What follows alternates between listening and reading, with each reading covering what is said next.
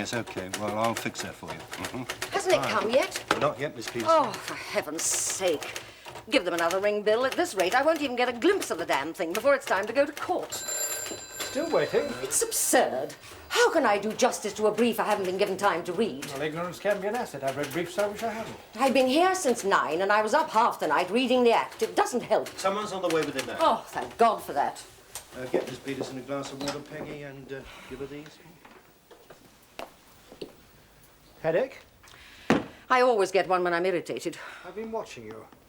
I think you'll need a rest. No, thank you. I'm glad to be busy. Well, a bit of fresh air, anyway. How does a weekend at Gallagher House appeal? Very much. Oh, that's fixed then, next weekend. No, wait. Now, that'll be the... Thank you, Peggy. How kind of you. That'll be the 20th, won't it? Look, I'll confirm it tonight. It'll be either this weekend or next. I shall look forward to it. Good. This'll be your first appearance before the Industrial Relations Court. Quite an experience. I think you'll enjoy it. If the brief doesn't arrive soon, I won't get the chance. Well, don't let it worry you. That court is very informal. There are 2 unions in the factory at Emberfield? There are, sir. The Association of Pipe Fitters, AOP, which is by far the larger, and my clients, the Independent Union of Pipe Fitters, IUP. It is an old craft union of less than 100 members. The substance of the case before you, sir, is my client's claim to equal pay with AOP members. AOP are not represented. It's not directly involved in the dispute, but I believe Mr. Cooper, the AOP General Secretary, is present as an observer. And Mr. Stevens is for the management, Patterson Engines Limited of Emberfield. And Mr. Scoular is the representative of the Independent Union of Pipe Fitters. And Mr. Scoular is the secretary, sir. The history of the factory over the last few years does not appear to be a very happy one. As the papers show, sir, the management has done all it can to reconcile the interests of all the parties concerned. But it is in reality caught between the upper and nether stones of the 2 unions. Does my learned friend then admit that what prevents the management accepting the principle of equal pay is their fear of the attitude of the larger union, the AOP? The company has never held the view that progress chasers should in any way... We're not progress chasers, we're tube makers. Mr. Scoular, please. Well, if we're not making them now, it's not our fault. It's the way the system's organised. The firm have sold out on us. Perhaps we should clarify the situation. Now, your members are responsible for supplying the AOP members with the parts they use on the assembly line. No, it's not just the parts. It's a separate unit made in tubes. That unit goes to the line. At one time, we made the tubes. Now they buy them from Keelers by the ton. So you are no longer employed as tube makers? We're still craftsmen, but we've been robbed of the opportunity to practice it. The decision to cease manufacturing tubes at Patterson's was a matter of rationalization within the group. The Emberfield plant is, strictly speaking, an assembly plant, not a manufacturing one. Are tube makers employed in any of the group's other factories? Mainly at Keelers, a wholly owned subsidiary. Are the rates for tube makers the same in both plants? I cannot answer for Keelers. They're not... I can. They're AOP men, and they get the same rates as Cooper's men at Emberfield. And it is equal pay with Mr. Cooper's men that you are claiming. Exactly. We want the rate for the job. There are different skills involved. How the hell? Why, even at Keelers, it's machines that do the work. We're all the same. We're all feeders. We stuff components to AOP men. We stuff them on the line, give them a twist and pull a lever, and somewhere out at the other end comes a product. We're all bloody labourers, whichever way you look at it, and we should be paid the same rates. Mr. Stevens? It is established practice, sir, that progress chasers, line workers, receive higher rates than workers who simply supply the components they use. The number of Mr. Scoular's men involved is less than 100. Without their cooperation, as the present strike amply shows, the factory cannot operate. Surely it's in the management's interest to concede the justice of Mr. Scoular's claim. It's a small price to pay for industrial harmony. Mr. Scoular is, I am sure, aware that a contract exists between his union, the IUP, and the management. In that contract, terms of employment for his members were agreed. The management asks that they honour it. The AOP, the larger union, objects to parity being conceded to the IUP. I have reason to believe so, yes. Would they strike if it were conceded? As I mentioned earlier, the management has to face this fact. If my clients agreed to amalgamate, federate, be taken over, call it what you will, by the AOP so that all workers in the factory were represented by the same union, would the management then concede parity? That's a hypothetical situation beyond the scope of my instructions. But surely you would agree that the management were faced with a simple choice: to fight the bigger, or, as they have chosen, the smaller union. One may sympathize with their dilemma, but it doesn't make their choice a just one. I submit, sir, that this is not a case of the management being caught between the upper and nether stones. It is rather my clients who are in that unhappy position, with Mr. Cooper's union and the management attempting to grind them into oblivion. I think it would be as well if we were to adjourn for lunch. We'll resume again at 2. All stand.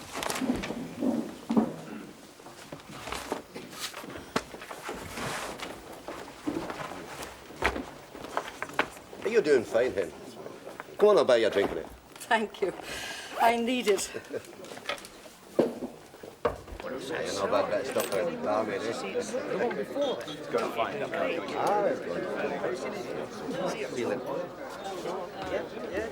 There you are. Thank you. Slan Shiva. Cheers. Is this your usual pub? More or less. Well, what happens now? I rather committed myself with that grinding to oblivion remark. Well, that's how it is. And why shouldn't you commit yourself? Oh, I've no time for equivocators. You don't work in the courts. That's a queer sort of life for a woman. Hey, what do they call you? I mean, your Christian name. What's that? Well, What? I'll put you out. Why isn't it done?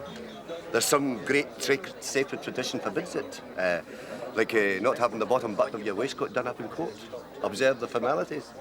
formalities do serve a purpose in keeping situations impersonal. Ah, to hell with that. When people are dealing with people, it's got to be personal. Oh, still, if you want me to go on calling you Miss Peterson, okay, Miss Peterson. I'm a little puzzled as to what you expect from this case. Are you afraid of being thought of as a woman, is that it? Are you trying to keep yourself sort of sexless? I'm trying to attend to the business of your union at very short notice. You know, if you were a man, you would have told me your Christian name without turning a hair. Assuming, of course, that you weren't a stuck-up, snobbish apology of a man, that is. Which, if you were a man, the way you're not, you wouldn't be, if you get my meaning. Well, if it's of any use, my name is Harriet. Oh, that was reluctant, if you like. But you know, I get the impression that you don't like being reminded you're a woman. I'm in a profession where it's still wiser to be sexually unobtrusive. Oh, well, I can't answer for your colleagues, of course. But you remind me I'm a man, all right. I've heard your friends call you dummy. I can't imagine why. It's nothing to do with dummy. No, I'm from Dunfermline. The king sat in Dunfermline toon, drinking his blood-red wine. Are you married? I mean, is the miss professional? I'm divorced. I married a girl called Fiona Craig. But 12 months after the wedding, the good Lord arranged to make me a widower. How's it going? Hello, John. Mr. Scoular, Sir John Gallagher. Of the Independent Union of Pipe Fitters, I believe. Aye. I will adjourn for lunch. Will you finish today? Oh, Harriet will know that better than me. Of course. What do you think, Harriet? I haven't the faintest idea. And I don't think the court has either. The work at Patterson's is a joint Anglo-Italian contract of essential importance involving marine nuclear units and subject to clearly defined and substantial penalty clauses. For the reasons we have given, we make the following order. 1, that the industrial action concerned, the strike without notice, is an unfair industrial practice within the Act by the IUP and Mr. Scoular against Patterson Engines Limited. 2, we direct the IUP and Mr. Scoular to refrain from continuing to take that action and to refrain from taking any similar action, and this order shall take effect from tomorrow morning. We would like to mention that it seems to us from all that we've heard today that a long-term settlement might be achieved by the two unions negotiating together with the employers. All stand.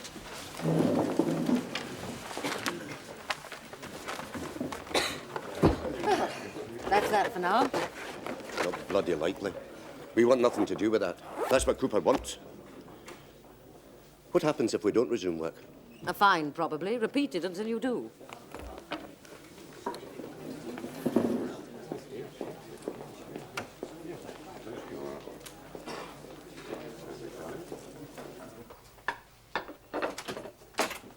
Hello. Hello, darling. Did you have a good day?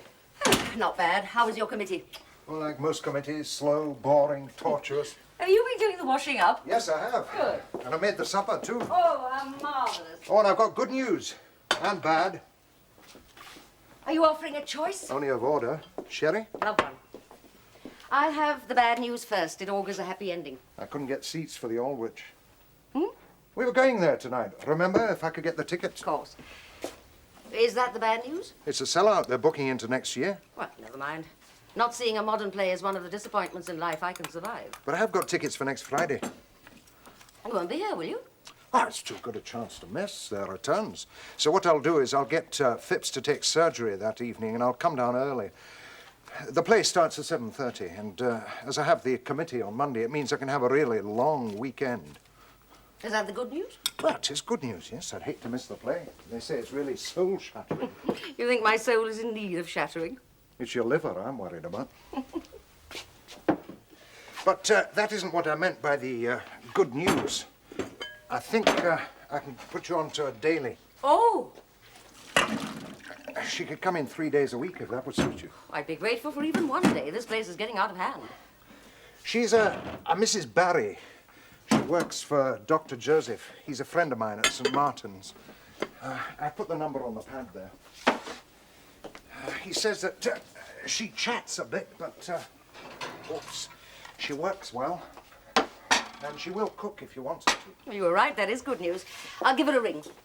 No, I said you'd telephone tomorrow morning. And you've no time now. Dinner is served. Good heavens. What is it? Venison chasseur à la Moody. La Moody? Aunt Deborah, a wild Highland huntress if ever there was one. Bring the tray.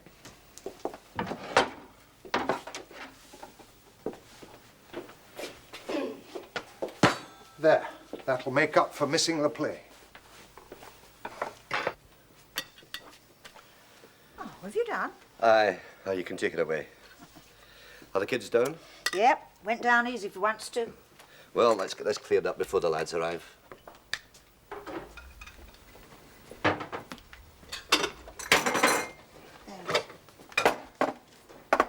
You've got to go to court again, haven't you? Aye, tomorrow. Well, what you keep it up for? You can't win. Oh, who told you that? Oh, they talk, you know, in the shops, blaming you for it all. Oh, well, I'm ready to take the blame if that's what they call it. Well, they say it's not right. A few men keeping thousands out of work. Well, it's not our fault if we're underpaid. They should be supporting us. And if they want to blame something, let them blame society for so arranging things that the only way we can get a decent living is to shut this shop and put everybody out of a job. It's all very well. You don't have to go and do the shopping. Aha, what the hell, Jean? I'm not asking you to shop for me. I'm not holding you here. You can go if you like. It's a nice thank you, isn't it? Here I am trying to help out. Aye, and I'm grateful. But you're here of your own free will.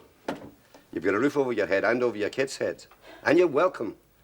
But don't start trying to blackmail me because a few females start sniffing at you. I don't know what you mean by blackmail. Ah, then I'll tell you. Huh? Would you mind what they said if we were married? I don't know why we don't get married. After all, I brought you here because you need a home, not because I need a wife. You treat me like a wife? I treat you like a woman, which isn't surprising as I'm a man. But you've done nothing with me or for me that hasn't been of your own free will. Aye, and that's a lot more than some of them gossips can boast of. Oh, that'll be the lads. Hey, get the chairs round, eh?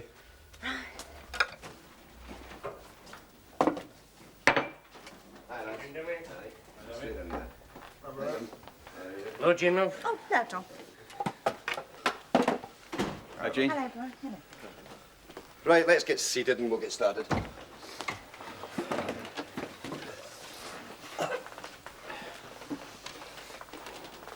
Well, has anybody got anything to report? There's one or two wavering a bit. Sid Perkins and his pals, mostly. Ah, don't worry about him. He blows with the wind. It's the money's worrying him more than anything. They reckon the court will take it anyway if we get fined and don't pay. Well, they will, won't they? And then where are we? Well, you getting cold feet, Ryan? I'm just trying to look at the facts. Look, as long as we're in strike, they can't finish that Petrie order. That's our trump card. That's why we must hold out. We'll never get another opportunity like it. But if we get fined? I've got a way around that. Easy. Hey, Jean. Yeah? Get the bag, will you? We've got to see that it's all done officially, according to the rules.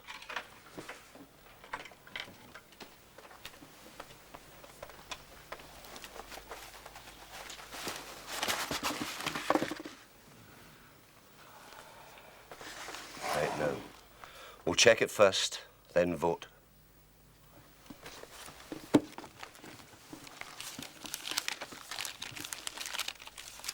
What you're saying is that once you finish the Petrie order, you won't be needed in the factory. Well, not all of us. At least that's what we suspect.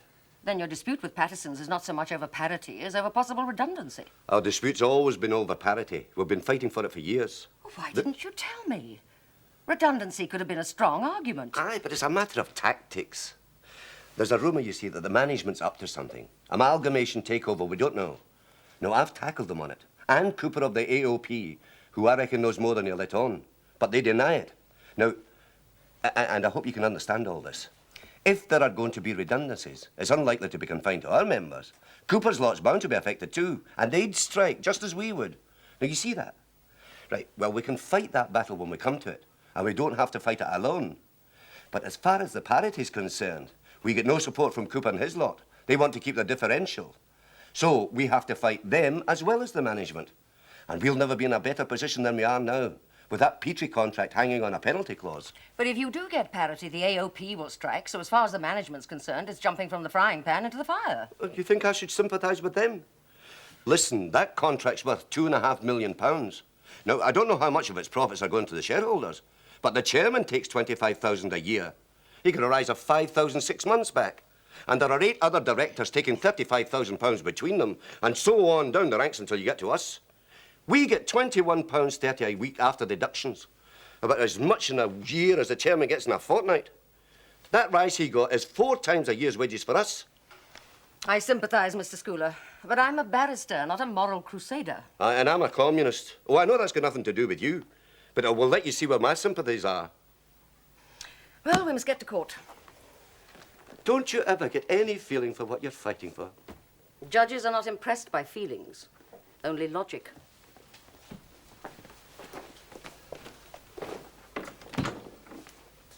Logically, I don't see you as hard-boiled as you make out you are.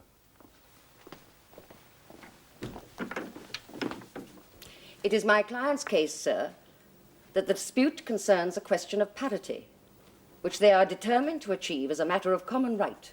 But the stop order has been disobeyed. With respect, sir, my clients see the dispute as a matter of principle. They cannot and will not negotiate or agree to any procedure or accept any form of joint negotiation until that principle is conceded. You are saying, in effect, that Mr. Scoular will continue to incite his members to strike. With respect, sir, I'm instructed that without an immediate agreement on pay, my clients cannot stop industrial action. You will have advised them of the consequences of their attitude. It is an attitude they take with the greatest reluctance, sir, but they are convinced of the justice of their claim. That may be so, but the authority of this court must be upheld. We shall retire to consider what action is necessary. All stand.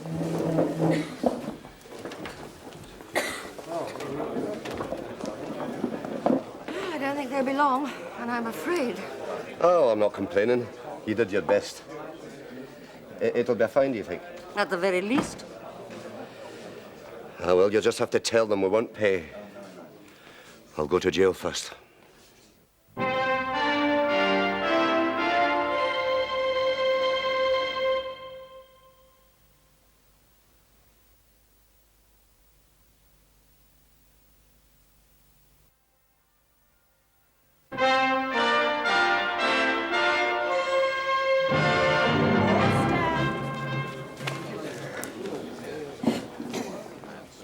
You brought your checkbook, dummy.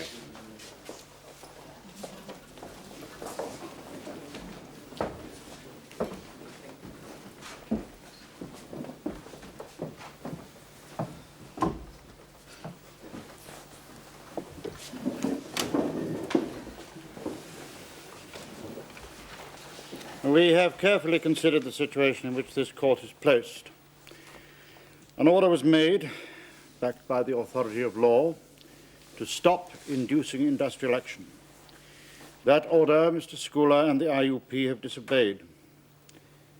They are therefore in contempt of this court.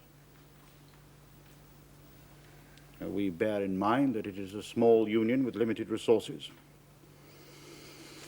A fine of £50 is imposed for each day that the union acts officially against the order of this court.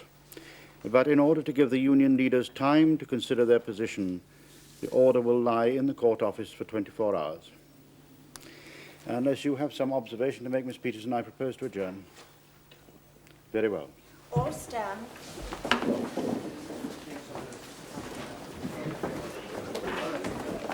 Why didn't you tell him we wouldn't pay? I prefer not to act hastily. I prefer not to be handling it at all. I don't have preferences, only cases. Well, shall we go and have a drink on it then? I have to get back to Chambers. Oh, that's too bad. Now, Mr. Scoular, if you have any fresh thoughts about the fine, you'd better let me know at once. At your chambers? I shall be there for the rest of the day. Hey, supposing I have fresh thoughts after office hours? Keep them to yourself until the morning. I'll be in just after 9.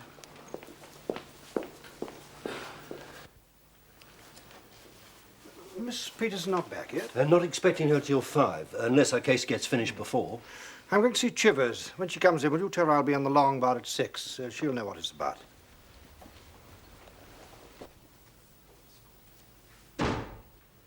That'll be him, I expect. Oh.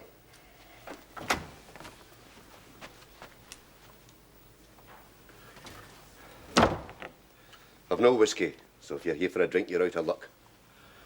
Oh, Jean, if you have a cup of tea made, I'll take one. Yeah.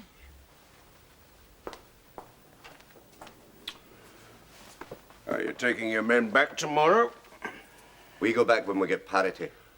Oh, be sensible, dummy. You can't win and you know it. If you pay your fine, you can't last above a fortnight. If you don't, they'll take your funds away and that'll be the finish of you. If it wasn't for you, we'd get parity tomorrow. I'm not a dictator. You know very well my members wouldn't stand for it.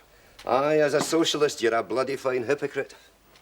My members come before my politics. Oh, aye, you're right there. 3,500 a year and a car thrown in. Look, if I could get your bloody men parity, I would, but I can't, and you know it. Now stop being a stubborn, idealistic bastard and face facts.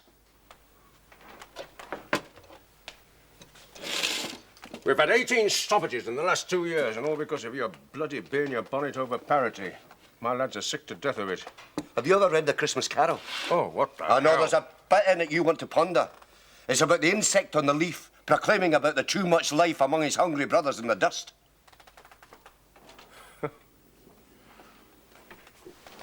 Look, I'm going to give you a last chance. There's something in the air. You're going to give me a last chance? What can you do to me? I don't belong to your bloody union.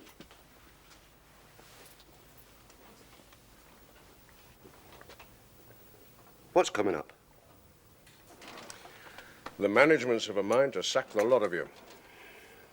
What, with $2.5 million at stake? Who's kidding who?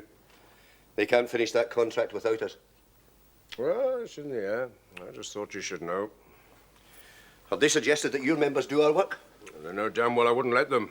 Oh, by Christ, you better not. I'd have the TUC on you. Look, I just thought you should be warned. Even Patterson's can be pushed too far. Now, if you'd agree to federate, form a joint negotiating body, and be patient, I promise I'll do what I can to get you equal pay. As long as we're on our own, we've got a chance. But 2 months on any committee with you, and what chance will the lads have then? A damn sight better chance than they've got now with you kidding them into actually believing in your communist heaven of equality. I preach equality because I believe in it. And so do the men. Oh, go and take a running jump at yourself. I'm wasting my time with you, You're aren't I? right there. And you should have known that before you started. Odd as it may seem to you, I believe in helping the unlucky ones. And God knows the IUP are unlucky to be stuck with the likes of you. Not because you believe in equality, I believe in that myself. Because you're bloody fool enough to think you can actually get it.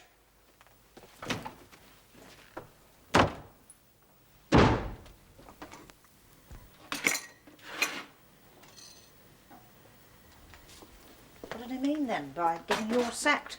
Ah, you don't want to take any note what the cop says. That's his way. Start a rumour and then cash in on it.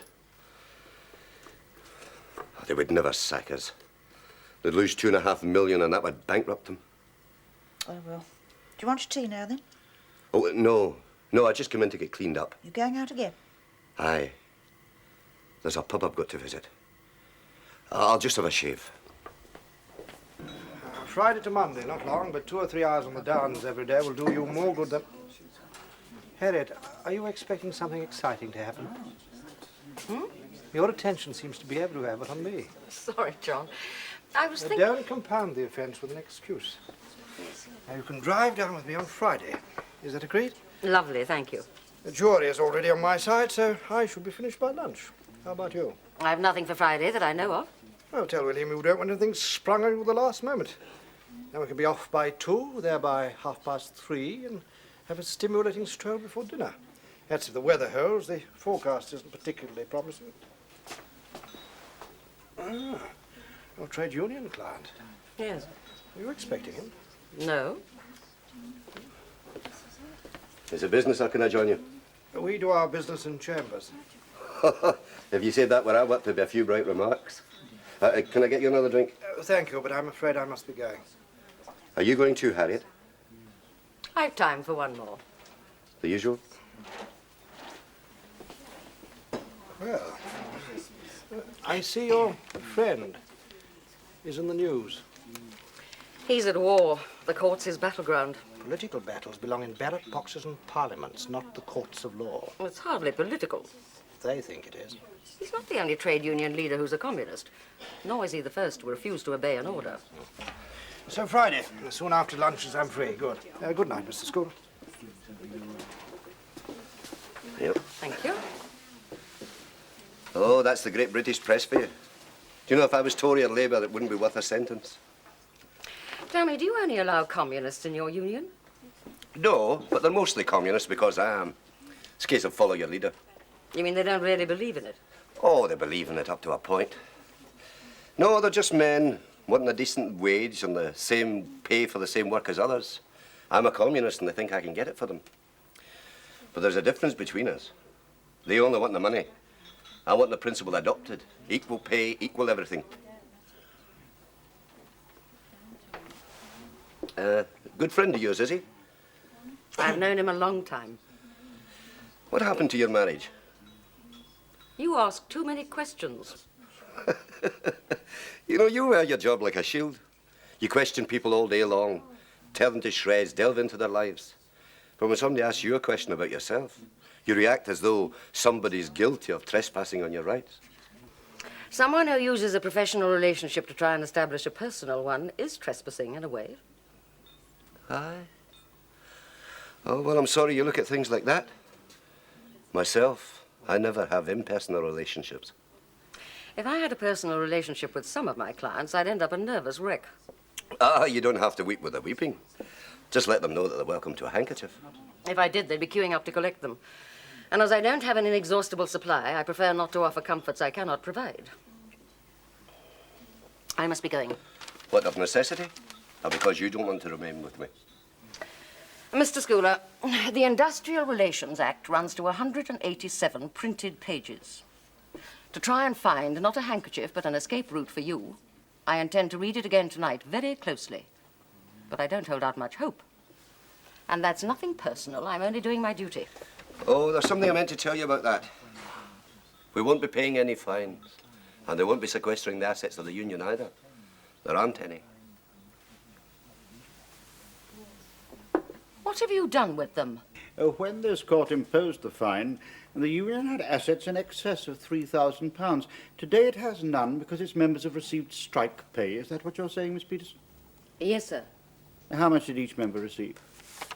£29.50. And there are 98 members? And that's roughly £2,900, do you agree? Yes, sir. Which would leave about £400 to £500 unaccounted for. Might one inquire where that is? It's gone to meet one or two outstanding accounts, sir. And legal fees. I see. The way this case is developing, that provision seems to me to be optimistic, to say the least.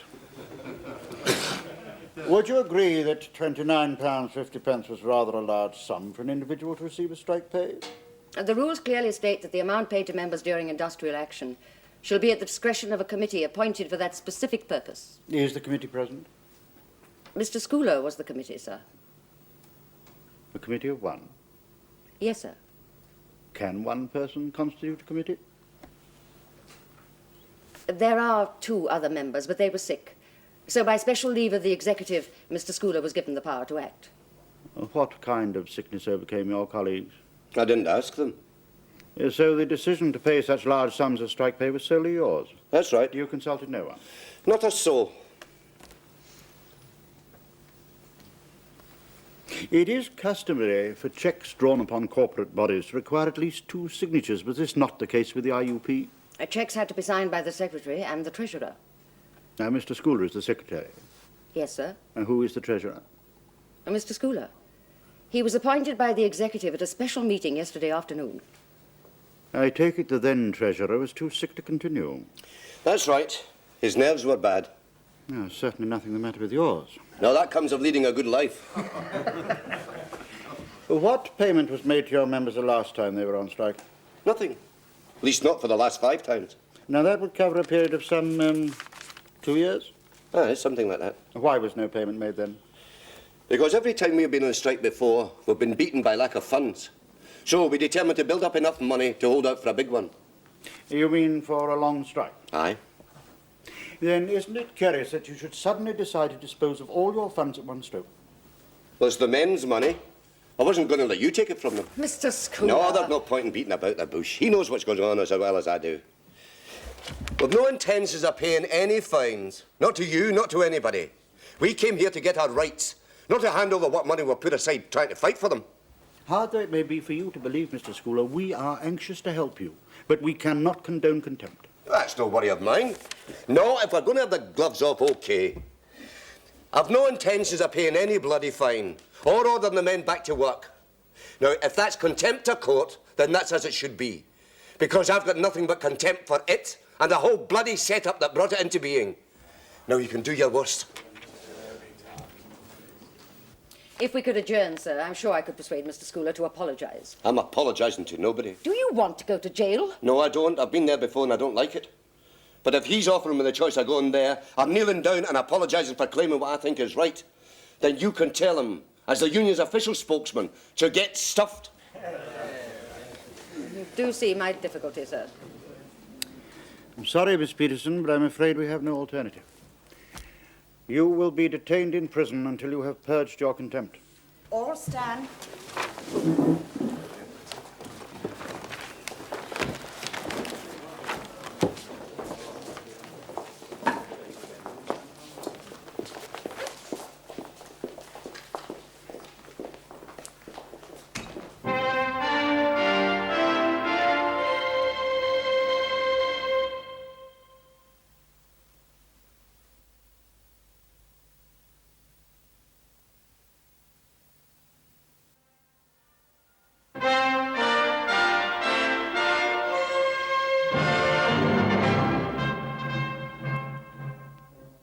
Sister brought him over from Hanover. He did the Duke of Cumberland's private gardens at Slosh. Now, this view is pleasant, don't you think? Lovely. Hinkleman is considered by connoisseurs to be far superior to Capability Brown. In fact, my grandfather always referred to the man as Inescapable Brown.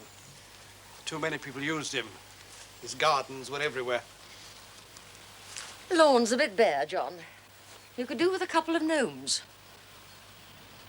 I don't think the fresh air is improving you at all. It's certainly impressive. Yes, I'm proud of it in my modest way. Can't really afford it, of course. You'll be surprised the sacrifices I have to make to keep it. Not at all, John. There's evidence of your poverty all around us. It's not much, but it's home. It's getting rather chilly, don't you think? I expect old Walker's having his afternoon snooze.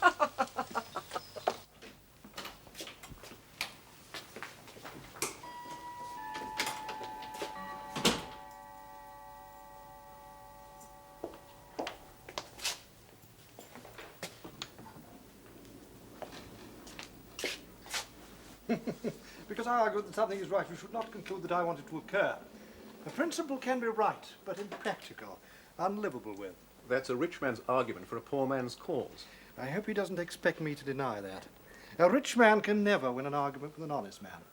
I don't quite see how that fits. Because ethically honesty is defensible wealth, isn't? Who's in which camp? Are you defending me or attacking me? You're the multimillionaire. All I've said is that property, land, is the best currency. It's tangible. A pound note is merely a promise. And a promise is only as valuable as the trust commanded by the promiser. And trust is at a premium nowadays. What if one can't afford to invest in property? Join the Communist Party. It's about your only hope. I can nearly agree with you, but would you let him join? Of course not. But Anthony never does anything without ignoring my advice. At least I ask it. Nothing of the sort. You do a little sum on back of an envelope, asking the date, and say, oh, that's right, and pick up the telephone. He's much too mean to rent an office. My office is here, Miss Peterson. And this strikes me as an excellent investment. Well, it's scarcer than property, and Armstrong's much more expensive. You've obviously as good a nose for brandy as you have for stocks and shares. He's not always right. He told me to sell my Pattersons when that strike started, and now they've shot right up again. Clearly somebody knows more than you do. Or think they do. A 15p rise is more than thinking. It's absolute confidence. Well, I looked at the prices and saw nothing. After hours dealing, old boy. Something's going on, believe me. Aren't you for the union at Patterson's? One of them, yes. As a financier, would you tell me something? I'm willing to try. You said something must be going on. What sort of something would send up the shares of a strike-bound company? Patterson's has a bad history of industrial relations. That always keeps shares down, bound to. Affects the profitability. As to why they should go up again, well... The obvious answer seems an improvement in the situation. But they're strike-bound. Yes. I must say, 15p is quite a rise, too. What about a takeover? Would that do it? Oh, hardly. Not the way things are. But even if this current strike were settled, you would hardly expect Patterson's shares to have risen as much as that. Look, would you like me to try and find out what's happening? Could you? If you don't mind my putting through a call. My dear fellow. Long distance? It's nearly 9. He should be at home.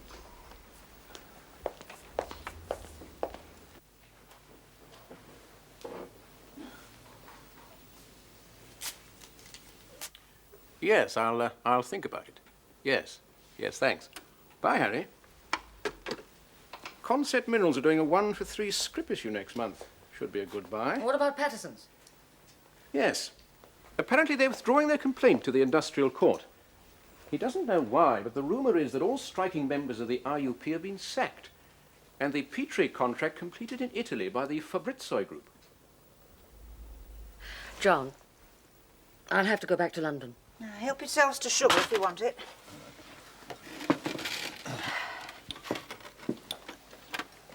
Poor old Dammy be glad of a cat where he is, I bet. In or out, there's nothing he can do to help as far as I can see. I suppose Cooper's grinning his head off. He must have known what was going on. Must have.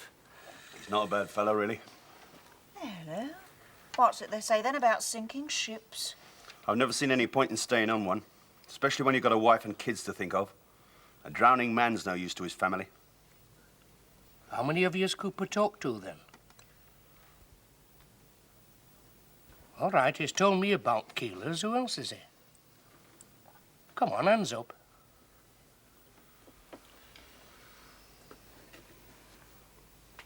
Here, what's going on? What about Keelers? There's 15 vacancies at Keelers. Trade opening, making tubes. Trade rates, more than we get here. More than we got here. Well, that's handy. And Cooper, he can fix it for you, can he? If we join the AOP. You don't have to. You can pay to charity. Well, he's certainly got his head screwed on, hasn't he? 15 jobs, and he's out to get 6 of them for the executive committee of the IUP.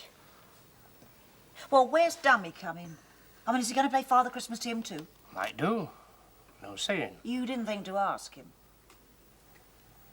Well, would have been a waste of breath anyway, I suppose. I mean, you're not going to take the jobs. If you was us, knowing what it's like for work round here and with families to look after, what'd you do?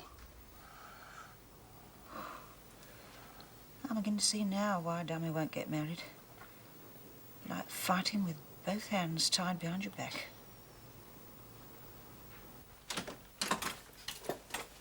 what happened to you. What are you doing here? Where have you been? With John. With John where? Does it matter? You were supposed to come with me to the theatre last night. Oh, no. Oh, Ian. I'm terribly sorry. You'll find the tickets in the waste bin.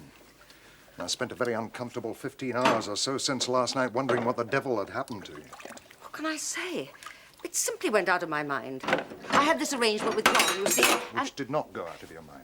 Don't be childish. Do you expect me to be pleased if you remember an appointment with him and forget one with me? You've every right to be angry with me, but I am not an erring wife. Harriet! I came back to pick up some papers. I'm on my way to see a client. On a Saturday? He's in jail. Ah, Ian. Enjoying a weekend in the city? No. I thought a weekend in the country would do Harriet good, but she's got the bit between her teeth over this union fella. Whether it's him or the cause... Come along, John. I'll be late.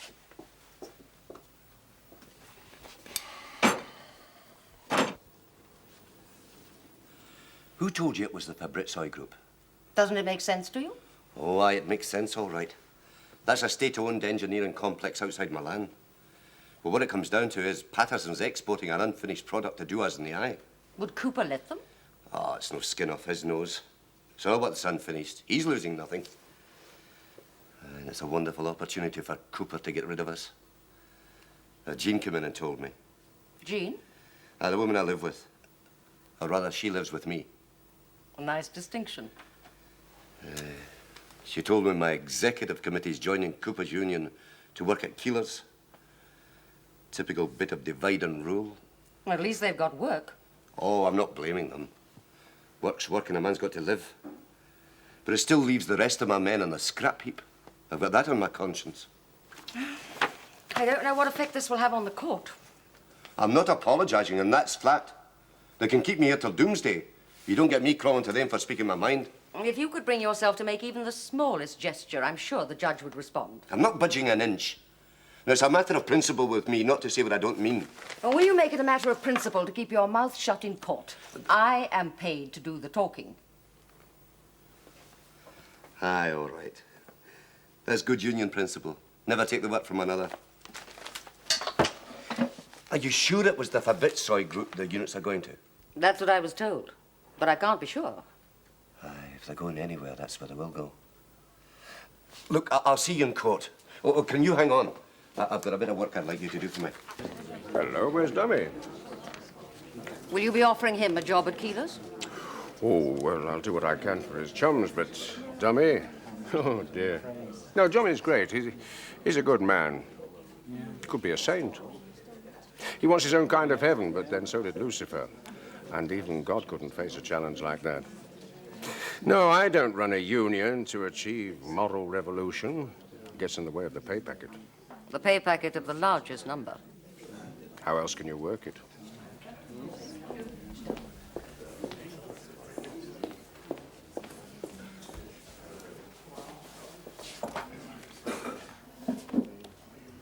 All stand.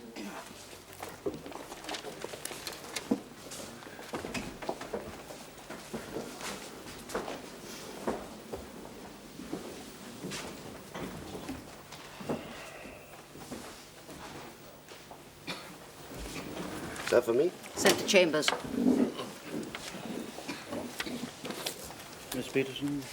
There have been various developments, sir, which I think... The application by Pattersons for leave to withdraw their complaint is a separate matter, Miss Peterson, and will be dealt with later. This sitting is concerned only with the question of your client's contempt. Do you wish to address the court? I am in some difficulty, sir. My client is an honest man and believes it his duty to speak the truth as he sees it. It may well be considered that his outburst was misguided, but it was truthful. I seek neither to justify nor defend his opinion, nor his manner of expressing it. To obtain his freedom, my client has to apologize to the court to say that he's sorry he spoke the truth. He is not sorry. I am therefore in the position of having to advise my client either to lie and obtain his freedom or remain faithful to his conception of the truth and stay in prison. Your client sees a problem where one does not exist. As a court, we are not concerned with his dilemma. Standing as we do somewhere between the individual and the state, we are concerned only with the administration of the law. And the law is not an abstract principle. It is an expression of the collective wills of the people who constitute the state, and is therefore subject to change as the collective will changes. It is in the nature of a democracy that there will always be dissent from that change, from personal, moral, or political convictions. But the forum of dissent is not here. It is our duty to protect the individual from the state when the state acts or seeks to act beyond the powers conferred upon it by the collective will of the people. It is equally our duty to protect the state from the individual or from groups of individuals who seek to disrupt or destroy the state's expression of that collective will. Whether that will produces good law or bad is not for us to question. Your client is entitled to hold in contempt the act to which this court owes its origins, and another court would defend his right so to do. He should remember that fact and ask himself whether he would not wish that court to enforce respect for its decisions. I am inclined to think he would so wish. Therefore, he has no complaint when the power that secures his rights is used to defend the rights of others. If he's an honest man, I do not doubt that he is, he will admit this is so. He is in error in seeking to visit the contempt he feels for an act of state upon a court of law, limited and rightly limited to the administering of that act. I thank you, sir. I hope that my client will see the wisdom of your remarks. In any other court, I would not consider that the 3 days that Mr. Scoular has spent in prison sufficient to purge his contempt without apology. But we are conscious that it is our duty, within the provisions of the Act, to assist the parties coming before this court to solve their differences. We therefore order that Mr. Scoular be discharged from prison, and we further order that he pay the costs in this matter, which, in the circumstances, shall not exceed £25. I trust that he will see the virtue of this judgment and pay the costs. If he does not see fit, appeal to a higher court is open to him. All stand.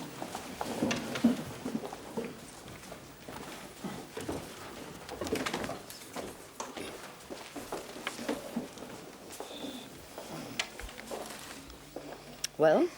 Well, what? I think the judge has been very generous. Are you going to pay? I don't know. Might suit me better not to. On the other hand, I've got a bomb here. It's just when's the right time to let it off. What sort of bomb? You were right about it being the Fabrizoi group. This message states that the largest union in the Fabrizoi group will come out and support us. And they're going to black the work from Patterson's. Aye. The employers are going to learn that it's not only companies that can go international. I might have lost a battle, but it started a war. If you've come to offer me a job, the answer's no. That's just to show that we can do without martyrs.